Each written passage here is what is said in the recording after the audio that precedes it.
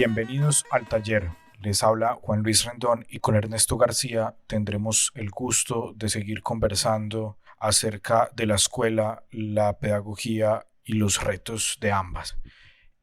Vamos llegando ya, Ernesto, aterrizando al episodio número 35 y me preguntaba esta semana si hemos de cierta forma traicionado el formato al entrar al 2025, ya que creo que estos programas de este año como que se han ido teniendo un hilo, ¿cierto? No nos lo hemos propuesto, pero han venido teniendo un hilo y más o menos eso era como una condición inicial del espacio, que era pues como que cada programa iba a ser, no iba a necesitar de los anteriores ni iba a ser continuado en los sucesores. Pero estos programitas que llevamos de este año como que se han ido llevando un hilo y entonces me estoy preguntando si eso es como una mutación del formato, en fin, ahí he tenido pues esa sensación. Y bueno, nuevamente este programa, ya no tanto de manera pública, pero sí de manera privada, ha suscitado el interés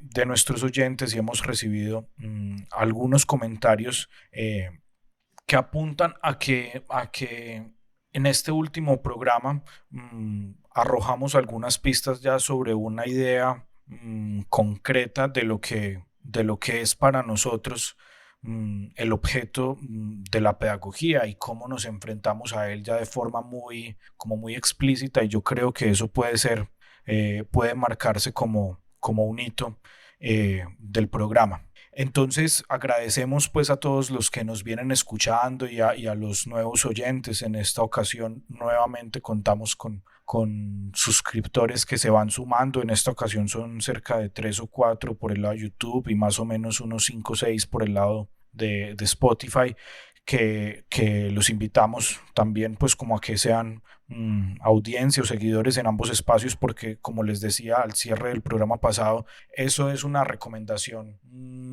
impersonal a través del algoritmo a otras personas a que les aparezca este espacio en lo que, bueno, yo no estoy tan familiarizado con los nombres, pero lo que llaman pues como el feed o el inicio de las respectivas redes. Y entonces, como tengo la pregunta de si es una mutación o una traición al formato, pues voy nuevamente con una pregunta que sí está ligada con los anteriores programas, no es a propósito, pero creo que de hecho no le está. Es la pregunta que tengo para hoy. Entonces te saludo y te cuento pues cuál es esa pregunta. Yo, Ernesto, tuve la ocasión de estar en unos espacios en los que compartían varias personas interesadas en la enseñanza de las matemáticas, algunos directamente maestros en el aula de matemáticas, otros investigadores de la enseñanza y la didáctica de las matemáticas, y había un problema recurrente que yo no sé si es universal de todo ese campo de la enseñanza de las matemáticas o fue como una cosa que se acuñó ahí,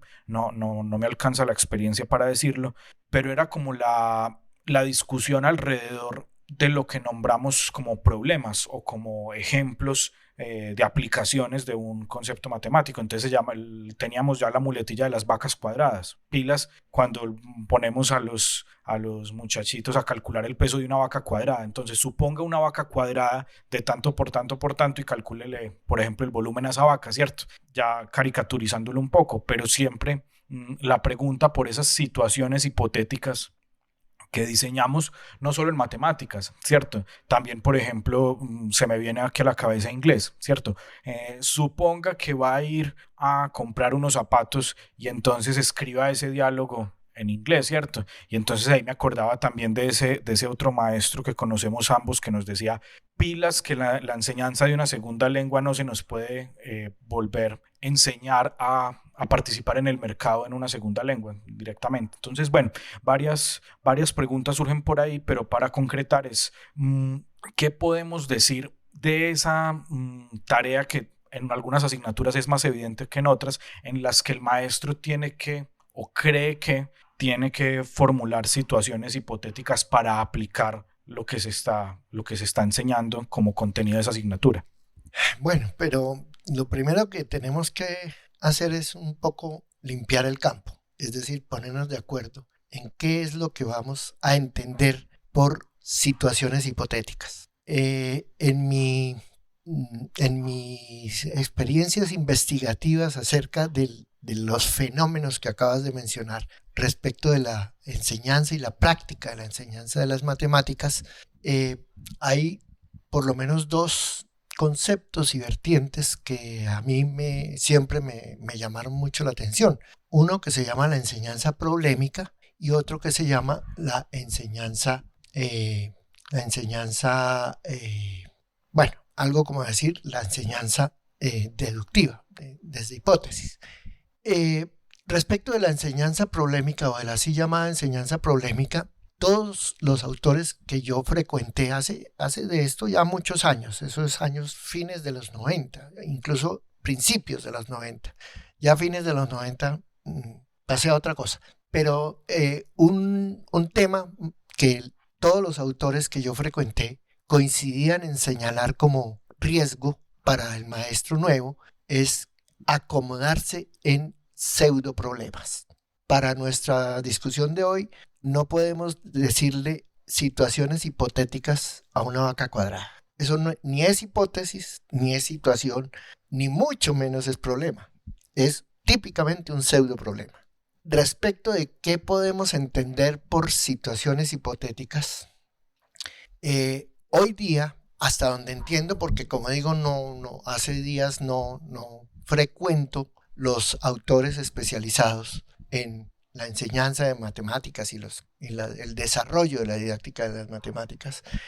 En cuanto a situaciones hipotéticas, me parece que en la actualidad esa idea, que es una idea, digamos, atractiva y poderosa, ha enfilado baterías hacia lo que desde el ministerio mismo se ha nombrado como modelación. Yo no estoy autorizado porque, como digo, no he frecuentado esa corriente, estoy un poco más al margen de esa discusión específica, pero las pocas incursiones experienciales, porque no experimentales, nunca he hecho un experimento significativo sobre el tema, pero sí me he acercado en aulas en donde los maestros son muy entusiastas de la modelación y logran cosas interesantes, ¿cierto? Pero en las distintas ocasiones que tuve contacto con esas experiencias reales de aula exitosas, el enfoque de la modelación, como lo leemos en las indicaciones curriculares del ministerio, eso se llaman los lineamientos. Los lineamientos curriculares, siempre me dejan un sabor amargo de falsedad. No tengo solución, no sé por qué. Me queda como falso la idea de que el maestro de matemáticas en la enseñanza primaria o secundaria deba enseñar expresamente algo que los matemáticos sí saben y conocen, que es la modelación. La idea en sí para mí también es muy atractiva, pero las veces que me aproximé me quedó ese sabor amargo y entonces no he incursionado al respecto. De todas maneras, por supuesto que no es un tema que me deje frío o que no me interesa sobremanera. Pero en los últimos, desde el año 19, esos son los últimos 6 años de mi ejercicio de investigación en el aula, ese problema de las situaciones hipotéticas y de las modelaciones y de las proyecciones, etcétera, cambió drásticamente de enfoque en mi experiencia de investigación a propósito de la hipótesis Gaia. Y con la hipótesis Gaia, a propósito de todo lo que hoy día se conoce como el fin de las certidumbres, por el libro de Prigogine, que es un libro muy antiguo comparativamente hablando, es un libro de los años 80, de los años 90. Mentiras, de los años 2000. Lo que pasa es que Prigogine está escribiendo desde los años 70, alrededor del mismo problema. El libro que lo recomiendo encarecidamente a todos los maestros, no solo a los de matemáticas, pero especialmente a los de matemáticas y a los de física, si se quiere. Es un libro maravilloso que se llama La Nueva Alianza, Metamorfosis de la Ciencia. Ese libro, ese concepto del fin de las certidumbres que, digamos, cambia el ideal de conocimiento, también nos cambia los cánones de enseñanza, o eso creo yo, y así lo he venido promoviendo en distintos espacios que me dan entrada. Y es que las matemáticas, la enseñanza de las matemáticas debe librarse radicalmente de toda pretensión utilitaria, lo que significaría que hay que volver al origen, según el texto que muy recientemente he venido a conocer, un poco en asocio con el desarrollo de este podcast, de este proyecto. Nos lo hizo conocer una querida, muy amiga, querida. Es un libro del año 80 de Morris Klein, que ya no es un libro de historia, sino que es un libro justamente de crítica, y se llama Matemáticas, la pérdida de la certidumbre. Fíjense el problema de la incertidumbre y la pérdida de la certidumbre. Y su tesis, la tesis que desarrolla a lo largo de todo el libro, con incluso hasta redundancia de argumentos y de referencias históricas, histórico-epistemológicas de la historia de la matemática. La tesis central de Klein es justamente eso. Las matemáticas no tienen contenido, no hay que enseñar los algoritmos, ni las fórmulas de solución, ni los resultados, ni las técnicas de demostración. Las matemáticas, como ya lo había dicho Kant, se refieren a las reglas del pensar en general. Y eso es un cambio, habría que decir, es que la palabra cambio también está tan agotada, pero es un redescubrimiento de una realidad que justamente las matemáticas del siglo XIX, del XVIII, del XIX, pero sobre todo el XVIII y el XVII, esas matemáticas tan veneradas por todos nosotros, porque eran el paradigma de la certeza absoluta y de las verdades eternas. 2 más 2 son 4, póngalo donde usted lo quiera poner, y 4 menos 2 da 2, por la derecha, por la izquierda, por arriba, por abajo. Entonces, esa paradigma de certeza y de verdad eterna y absoluta que cultivaron las matemáticas desarrolladas, portentosamente desarrolladas en el siglo XVII y sobre todo en el XVIII, hizo crisis en todo el XIX. De manera que en el XX ya no tenemos ninguna certeza, que es a lo que se refiere Klein, la pérdida de la certidumbre. Pero ¿cuál es la explicación de Klein? Es que con todo y su maravillosa parafernalia de búsqueda de la verdad y de la certeza, las matemáticas lo que nos enseñan es el poder de la mente. Y en ese sentido, conéctese con situaciones hipotéticas, modelaciones. Claro, pero entonces Ernesto, ahí yo sí me atravieso porque si me pongo en los zapatos del maestro de matemáticas, que además conozco bastantes, pues aquí me estoy rascando la cabeza, porque entonces yo cómo evalúo los resultados de mi enseñanza, si lo que tengo que evaluar es cómo se desempeña el muchacho respecto a las reglas del pensar en general. Se complica mucho la evaluación de las matemáticas. Sí, claro, que, pues, ahí me la atravieso porque todos, estaba aquí, pues yo general, ya... los oyentes y aún nosotros los hablantes hemos perdido la capacidad de mirar al entendimiento como una realidad específicamente humana. Pero vamos a parar ahí y nos vamos a poner en la pregunta que me acabas de hacer. Y entonces yo, en mi aula, ¿cómo voy a evaluar las reglas del pensar en general? Me remito a Klein en ese mismo libro, que él, lo que pasa es que es ahí sí sobreargumentado. Pero cuando yo me hice esa pregunta, al leer a Prigogine, lo leí hace 3 años, y ahora al leer a Klein, que me acaba de llegar, cuando yo me hice esa pregunta, en realidad tenía una respuesta a mano que no había podido poner en experimentación, ni siquiera en tanteo experimental. Y es que esas reglas del pensar en general, que se llaman razonamiento, son parte del genoma. Entonces usted no tiene que enseñar esas reglas y tampoco puede pretender que las va a desarrollar experimentalmente. Usted lo que tiene es que literalmente aplicarlas. Es como cuando las autoridades y los sabios nos quieren convertir a la escuela ¿en qué? En aula de paz, en aula para la paz, y que hay que enseñar paz y democracia y convivencia y esas cosas. El entendimiento viene con todos los seres humanos, por definición, ¿sí? Todos somos humanos porque tenemos entendimiento, o al revés, ¿sí? Aristóteles ya lo decía, el hombre es un ser racional, eso es lo que lo diferencia de todos los demás. Pero él mismo se corregía y decía, bueno, antes que racional es un ser político, un animal político, ¿cierto?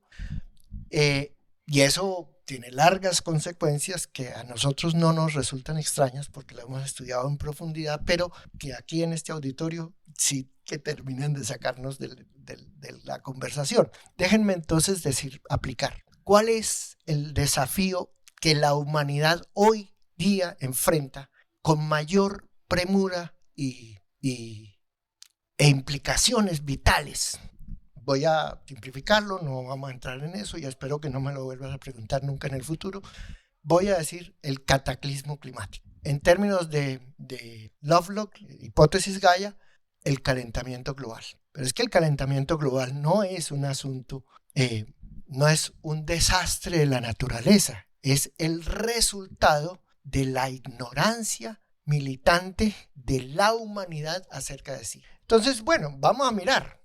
¿Qué hace un maestro con el cataclismo climático o el calentamiento global en términos técnicos matemáticos? Eso es una teoría matemática, eso no es una teoría física, es una teoría matemática. El calentamiento global, ya se sabe, eso es hoy día de sentido común, que cuando la Tierra pase de la actual temperatura, un poquitico más de lo que ya está pasada, porque era en los años 70 era hasta máximo 2 grados más, y hoy ya estamos en 2 largos en comparación con la temperatura promedio del año 70, ya estamos en el cataclismo climático, ¿sí? Pero, ¿qué hace un maestro, y particularmente un maestro de matemáticas, con este y todos los demás datos alrededor del problema de la catástrofe o del cataclismo climático, en el que ya estamos? No es que vamos a entrar, es que ya estamos en él.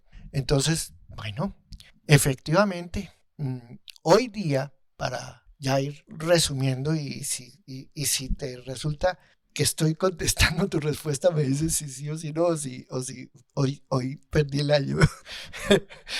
El texto que se llama The Limits of Growth, que en castellano también que existe la versión oficial porque es un texto de las Naciones Unidas de 1972, creo que es un texto de matemáticas, se llama Los Límites del Crecimiento. Es el primer texto que por desarrollo, no por ejercicio de modulación, no por conciencia que la matemática le permite al ser humano, solo la matemática le permite esa conciencia al ser humano individual, pero sobre todo a la humanidad. Ese libro, no es un libro, es un documento larguito, exigente. Es necesario que los maestros de matemáticas lo estudien y que lo estudien desde la perspectiva, ¿cuáles son las reglas del pensar en general? Es muy largo el tema, el asunto de las reglas del pensar en general, pero si todos los maestros de matemáticas asumen la presunción de que el problema más exigente, pero también más asequible a los seres humanos del día de hoy, de la actualidad, medianos, grandecitos y grandes, desde los 8 años, si usted quiere. Bueno, exactamente desde 4º grado, con la preadolescencia, ¿sí? Es the limit to growth, ese es el problema absoluto. Y entonces, ¿qué ocurre? No hay para qué hacer modelaciones artificiosas, ahí están hechas. Y ustedes no le van a enseñar, ahí sí como decía mi abuelita, Dios me libre, ustedes no van a pretender enseñarles la altísima matemática de the limit to growth, sino sobre todo yo propongo que se asuman como los responsables de enganchar a los preadolescentes, luego a los sesenticos de 7, 8 y 9, y sobre todo a los de 10 y 11 y 12, engancharlos en las preguntas reales y palpitantes que la humanidad enfrenta respecto de su destino creado por la propia humanidad. No es el destino que Dios le mandó o que los volcanes nos están matando, nada de eso. Y entonces ahí van a encontrar efectivamente ejercicios importantes de simulación, ¿cómo decíamos? Pensamiento hipotético deductivo, pero un maestro, un matemático, maestro o no maestro, que se siente a leer los límites del crecimiento del año 72, Melo, con el criterio de que es el compendio más maravilloso de matemáticas modernas, yo creo que puede encontrar inspiración muy poderosa, pero entendiendo que lo que se trata no es de enseñarles a los chicos las respuestas que los grandes matemáticos de ese estudio construyeron, sino sobre todo la destreza, habilidad y sobre todo compromiso de formular las preguntas adecuadas, que es las reglas del pensar en general. Sí, yo creo que la pregunta del maestro de matemáticas que nos está escuchando y probablemente del maestro en general que nos está escuchando por cómo evalúo yo esa vaina queda abierta, ¿cierto? Pero eso no me parece pues negativo porque yo creo que arrojamos algunas pistas muy importantes y quiero hacer énfasis, hacer un subrayado en eso que nos decía ahorita, de que el estado actual de las cosas, lo voy a hacer un poco más general, el estado actual de las cosas es el resultado de la ignorancia o incluso, voy a decir yo, del entendimiento que el hombre tiene de sí, no de la naturaleza, sino del entendimiento o la ignorancia que el hombre tiene de sí. Creo que eso es una pista, un hilo del que el maestro puede jalar en general para ir tejiendo, ahí sí, hipótesis muy importantes para desplegar en su aula. No sé, Ernesto, si tienes algún comentario Sí, final antes de respecto despedirnos de esta tu semana. introducción, sí, yo siento que nos hemos enrutado en una dirección, en un horizonte mucho más teórico de lo que inicialmente inspiró este programa. No creo que sea ni bueno ni malo, pero si me lo preguntaras, yo preferiría quedarme en lo concreto. Bueno, no, muchas gracias a todos. Muy bien.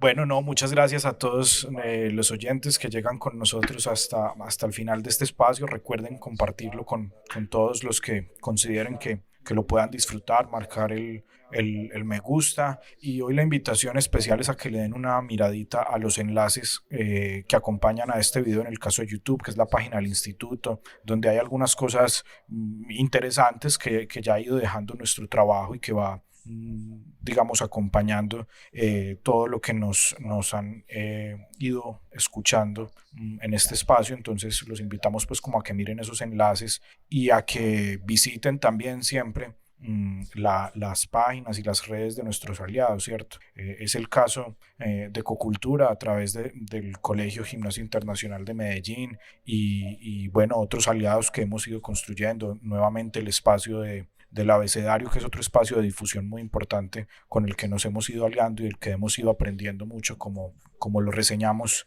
en el espacio que compartimos con sus productores. Entonces, bueno, esas eran pues como las invitaciones y los agradecimientos que quería hacer el día de hoy a todos ustedes y procuraré dejar de llamarlos oyentes y intentaré irlos nombrando en adelante interlocutores, porque eso es lo que han ido el espacio que ocupan hoy en día en Y las una rutinas última del cuñita que Instituto quiero Superior dar. de Nos Pedagogía. comprometemos, ¿cierto, Juan Luis?